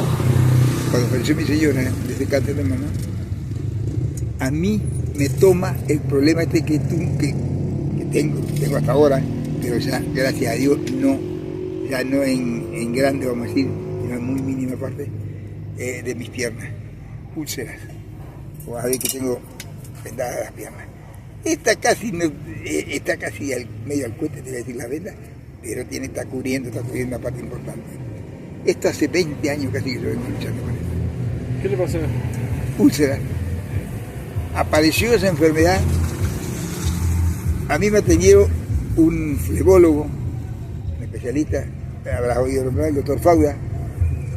Ahí esto aparece con 2 puntitos, de lo que yo me acuerdo, eso sí me lo acuerdo bien. En la parte del empeine, no del empeine, sino la parte media del pie, en el costado interno de los 2 pies, un agujerito como si fuera que lo estaba taladrando una aguja de coser. Y ese agujerito se fue agrandando. Lo curaban, fui al centro de salud, la enfermera me dice, vamos a pasarle Pervinón, pero si ese sea un bichito que te picó. Minga, nunca se fue agrandando ese agujerito, era como un taladrito. Y se agrandó y se hizo un agujero. Y se agrandó y se hizo un agujero más. Entonces los médicos me internaron, me analizaron, que se hizo todo ahí, que no sabían. No sabían. Y nunca supieron hasta el día de hoy.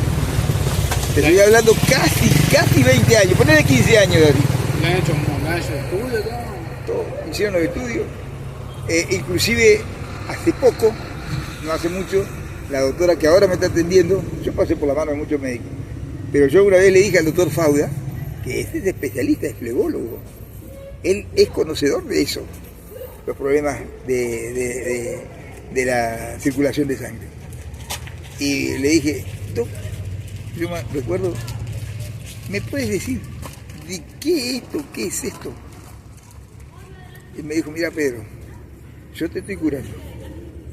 Y va sanando, lentamente, pero va sanando.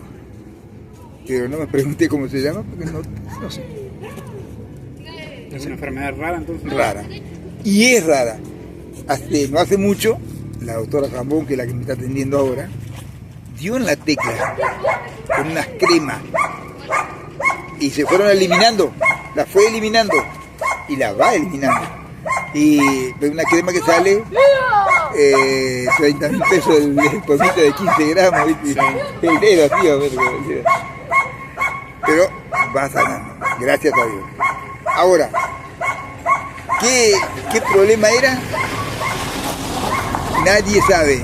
La doctora Zamborera estuvieron googleando con 2 enfermeras acá, googleando en todos lados a ver qué enfermedades podía haber en el mundo que se comparen con esta. Había una sola enfermedad, que era extranjera, que tenía tenía los mismos síntomas que tuve yo. Porque esa enfermedad no me pasó, no te pasaba la rodilla para arriba. Gracias a Dios. Hasta ahí me llegó. Yo me vi el hueserío, los huesos. Se le veían los huesos. Claro, todo me comió, todo como un virus que comió todo. Era como una bacteria, como una carne. Bacteria. Exacto, una bacteria. Pero llegó hasta acá, de ahí para arriba no pasó nunca. Y en eso coincidía la doctora que encontraron una enfermedad que tiene un nombre raro, extranjero. Pero para ella era esa, que no pasa de la rodilla para arriba. Hasta ahí llega. Es como que las bacterias, o la bacteria o lo que sea, se muere o empieza a perder fuerza y queda ahí. No pasaron. Gracias a Dios no pasaron. Pero no, yo estuve a punto. De hecho, en mi historia clínica, lo podrías leer también, está escrito: posible amputación de la pierna izquierda a nivel de la rodilla, porque esta fue la que estaba más allá. Yo me veía, nunca en mi vida vi donde se entrelaza el pie con la pierna, ¿viste? No. Un año estuve internado en el hospital Mas Bernat, hermano. Un año.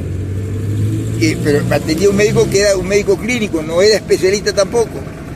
Pero en un año, quiero que me aplicaban Platzul, la habrás oído nombrar esa crema.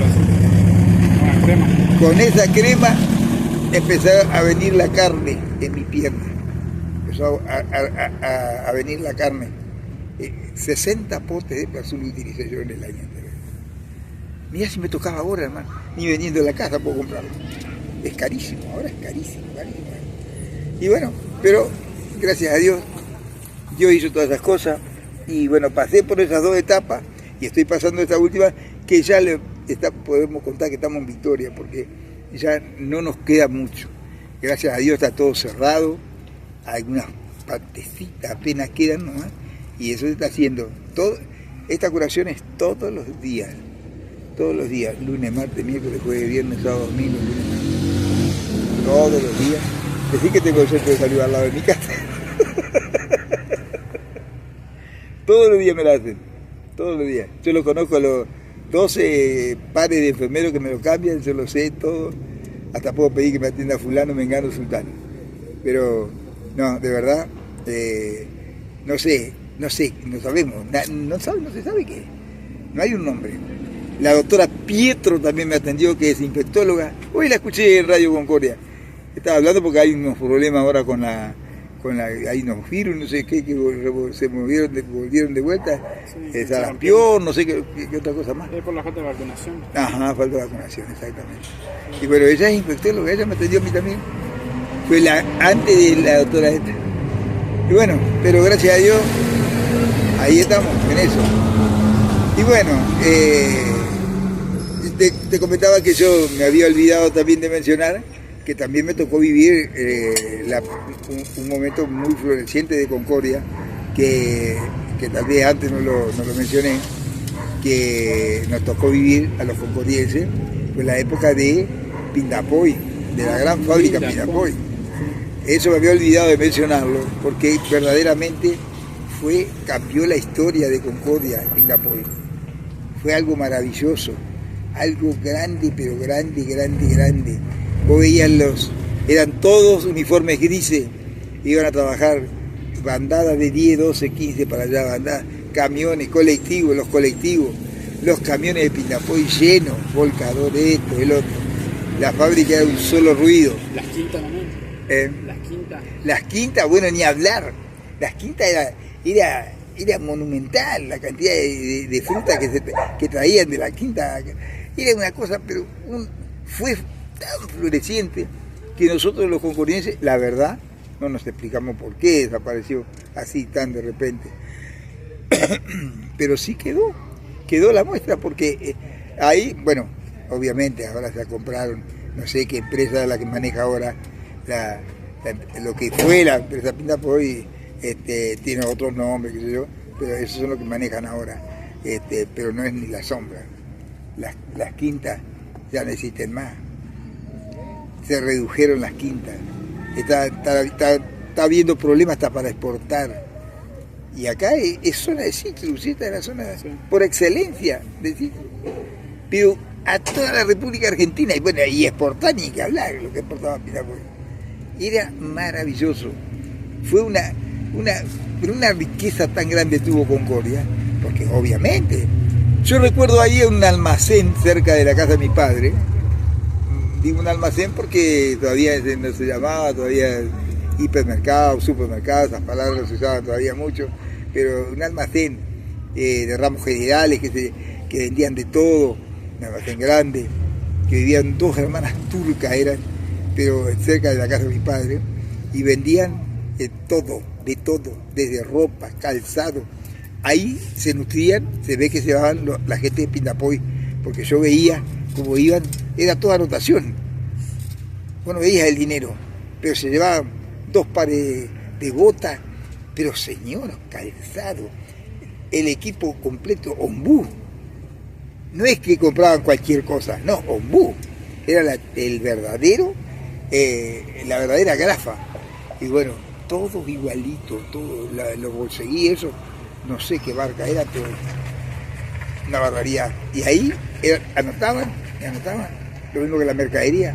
Un surtido llevaban, lo que ahora vos escuchás decir yo escucho decir en el programa que a veces miro para entretenerme, TikTok, que dice los mandados.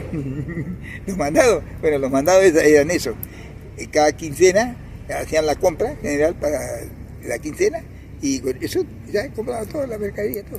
Y se necesitaba, la gente, no sé, la plata la usaban para a lo mejor comprarse ropa, o agrandar la casa, no sé qué, pero había mucha inversión acá, mucho dinero circulando. O sea que Concordia se transformó a nivel social, económico, todo. Empezaron a construir casas. Impresionante, y barrios enteros se hicieron.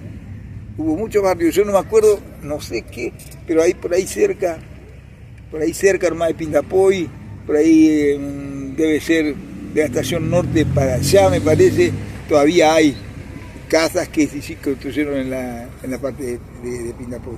Y fíjate que ocupaban el ferrocarril. Hoy nadie le da bola al ferrocarril. No. Era el medio que se usaba Pindapoy para sacar la fruta. Los trenes enteros cargados salían de ahí, de la estación norte. Desde la estación norte, digo bien. Venían a la estación central, ya se iban, ya. Chiqui, marcha. Nosotros íbamos a ver. Pero cargado.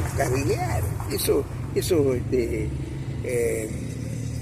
como que le llaman esos grandes que no son containers, los containers repletos. Los jugos también. Y los jugos ni hablar. Los jugos fueron conocidos en el mundo. Sí. En el mundo fueron conocidos los jugos. Ahora, yo no sé qué pasó, pero que fue la época más floreciente de Concordia, yo creo que fue en esa época, la época de Pindapoy. ¿Qué década fue más o menos? Eso fue... a ver... Que no me estoy acordando, ¿vos sabés? ¿Cuántos años tenía usted más o menos así de hacer el cálculo? Yo tenía 25 años, 26. Cuando cuando estaba por casar, creo que era. En la década del 70. Ajá, 75. la época sí, ahí fue. Porque yo me acuerdo que yo presenté una solicitud. Porque vos ibas, presentabas, te puedes imaginar, chorrera, había cuadras enteras de gente pidiendo trabajo. Pero sí, se renovaban y te renovaban. Y aparte vos ibas, tiene que venir tal día a la revisación médica. Está óptimo, sí. Puedes ingresar a trabajar tal día, está listo. No había ningún problema. O sea, todo era bien legal, bien lícito, bien clarito, bien. Y yo no entré, ¿por qué? Cuando a mí me dieron la oportunidad, o sea, yo presenté la solicitud, entonces me avisaron. Te avisaban a tu casa, por correo. El día que tenías que presentarte y con qué tenías que ir y todo lo demás. Y pasaron no sé cuántos días y cayó un aviso. Y yo justo me tocaba, no sé si era rendir por cuarto año de la escuela secundaria, no me acuerdo bien, que la cuestión es que no pude ir.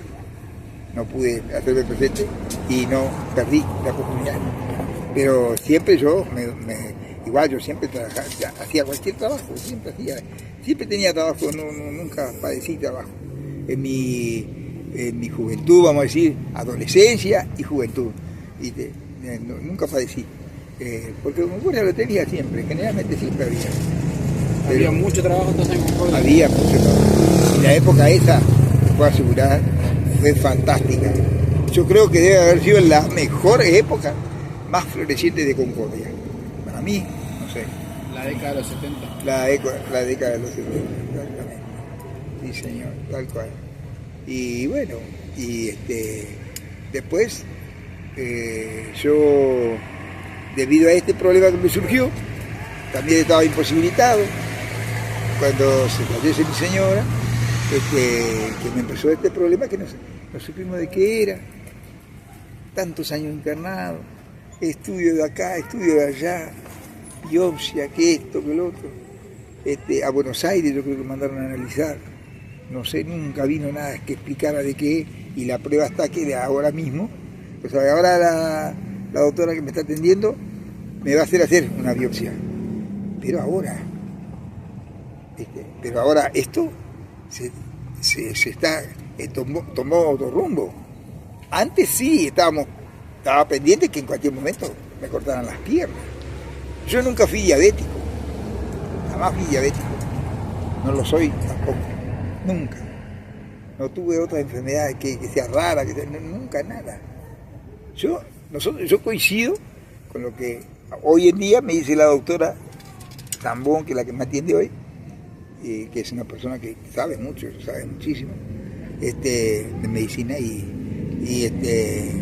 me dice, esto para mí es una bacteria, fue una bacteria. Ahora, ¿de dónde vino? ¿Cómo se instaló en tus pies? No sé, pero fue una bacteria, porque si no otra cosa no tiene explicación, no hay. Y bueno, pero gracias a Dios ahora estoy caminando. Tengo dificultades todavía, pero ya son menos. Yo siento la pierna al apoyar, ya no se me hincha tanto como antes. Antes tenía las manos así. Un día me acuerdo que me desperté de acá, minga me iba a tocar así como estoy tocando ahora, no. De acá hasta acá, hermano. Un cuello así, no me entraba la botamanga del pantalón, tuve que cortarlo. De la noche a la mañana, de la noche yo me desperté al otro día, y me voy a la pierna. Ay, ¿qué me pasa? Y me miro un globo, tenía así, inflamado. Urgente, al hospital. Y ahí me vio, creo que fue el doctor Fauda, me parece que fue, me atendió en ese momento. No sé qué hizo, desechó. No sé, sería acumulación de líquido, no sé qué pasó. Pero todo desde acá hasta acá. hasta la parte de toda la pierna solamente, no el pie. El pie no pasó nada. Y bueno, pero hasta en eso, no sé, algo raro me pasó. Pero lo seguimos, lo estamos siguiendo muy de cerca. Estoy muy conforme con la doctora que me atiende. Va llevando el tema a la claridad, que es lo importante.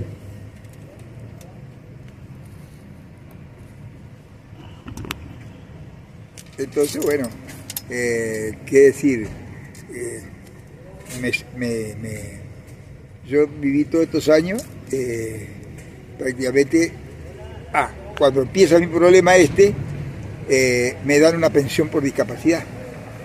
El gobierno me da una pensión por discapacidad. Yo quedé internado un tiempo, se me analiza todo lo que sea, no había caso. Pasó todo eso que conté de la pierna que está escrito en mi historia clínica, posible amputación de la pierna, porque no le encontraban la solución.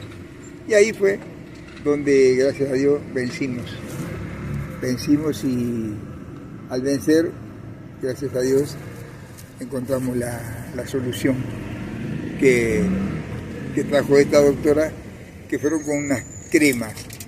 Primero empezó con unas cremas que ella tenía de unos pacientes, unas muestras médicas, y eran unas cajitas chiquitas, pero se ponía muy poquito, unos tubitos de nada casi, y se ponía muy poquitito había que poner y desparramarlo bien. Y ahí empezó la sanación, y ahora sigue la sanación, gracias a Dios.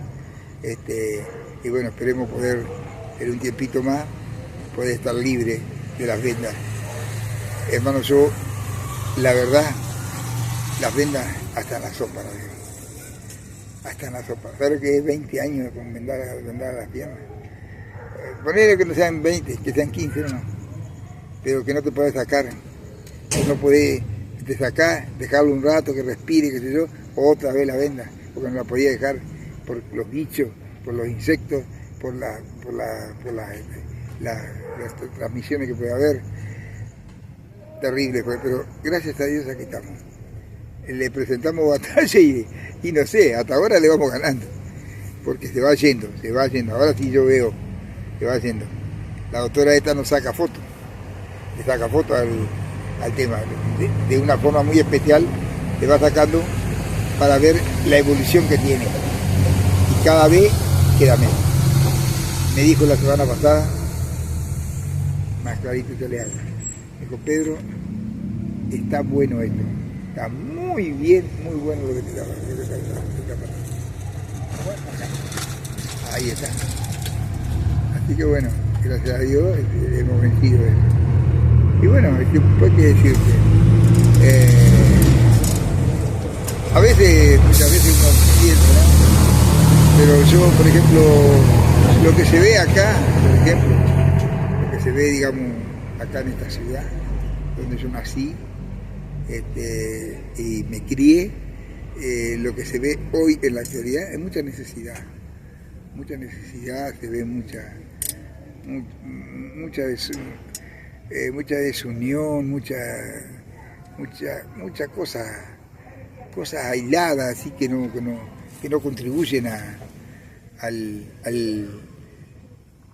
digamos, al crecimiento de esta ciudad. Por eso Concordia, ustedes habrán oído muchas veces, yo lo he oído tantas veces también, es según dicen los que saben, dicen que es una de las ciudades más pobres acá en Entre Ríos, pero yo no sé hasta qué punto creerlo también, porque yo veo, hoy hay gente, por ejemplo, o hace tiempo atrás, que viene, por ejemplo, ha tenido la oportunidad de invertir un mango o un dinero X que a lo mejor lo gana en una quincena, trabajando horas extras o lo que sea, en la fruta o en el arándano, o cosechando esto, cosechando lo otro, y por ahí lo invierte, qué sé yo, ponerle,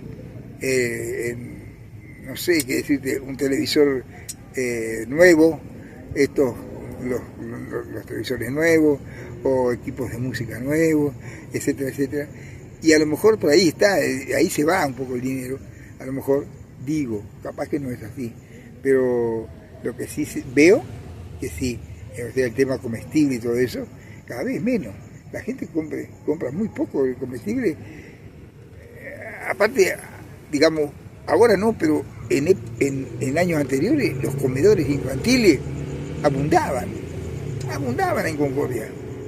Es decir, casi te diría que la gente más humilde prácticamente no tenía necesidad de gastar en comida, porque tenía el comedor al mediodía, el comedor a la noche, y todavía encima la copa de leche capaz a media tarde, y no sé si no la copa de leche de mañana antes del almuerzo.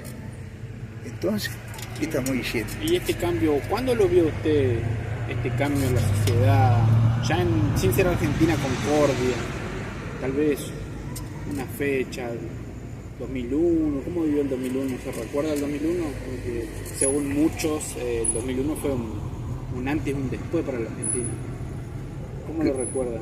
Claro. Usted que lo vivió ya como un hombre adulto. Claro, y sí, es verdad, bueno, eso fue, correspondió a qué etapa de gobierno eso. Menem. De Menem, ajá. Bueno, digamos, yo lo veía que llevaba buen camino, desde que comenzó, llevaba buen camino. Ahora, lo que no me gustó, lo que no empezó a gustarme, fue que ya después se desvirtuó, porque es decir, es como que volvió para atrás, porque la idea estaba muy bien. Claro, florecer, crecer, trabajar. Era un gobierno progresista. Claro, progresista. Era peronista. Exactamente. Y después, de un día para el otro, empezó a hacer todo lo contrario. Claro, todo lo contrario. Y bueno, eso es lo que no sé por qué ocurrió eso. No estoy de acuerdo. Yo sigo insistiendo en una sola cosa.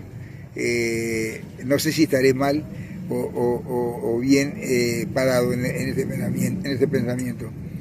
Ningún país, ninguna ciudad, ningún barrio puede crecer si no hay trabajo. No puede crecer nada, no crece nada. Todo lo demás corre por cuenta de las bocas que lo digan, pero no puede crecer.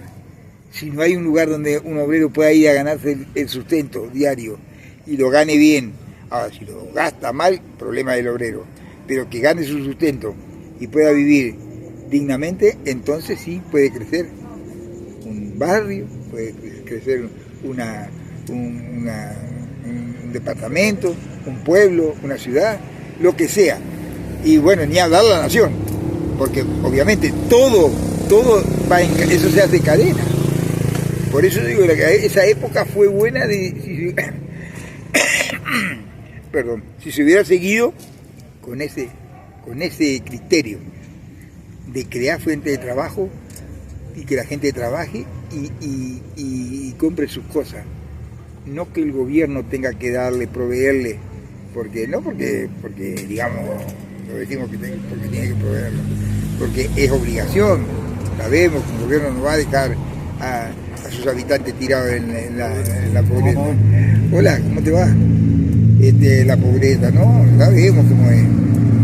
Pero, en este caso, esto quedó tronchado ahí.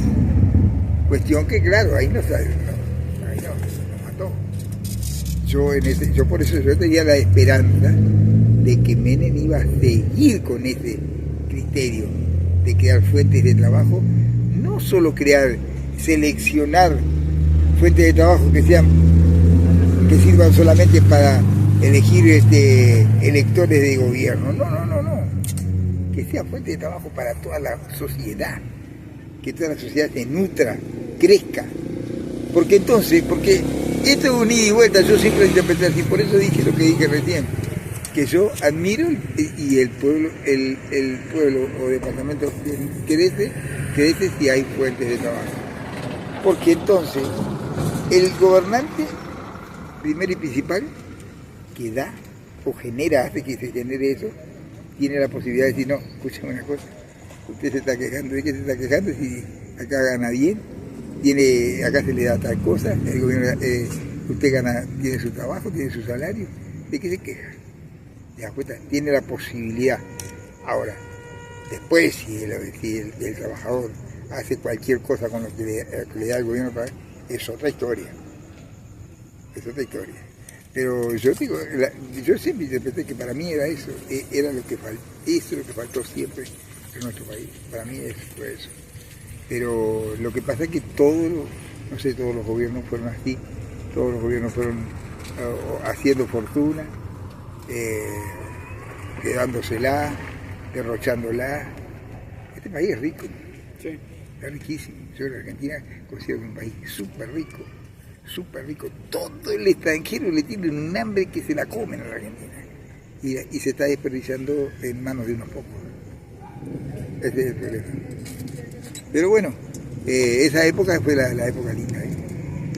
Esa época yo consideraba que ahí se podía empezar de vuelta y se puede, siempre se puede, pero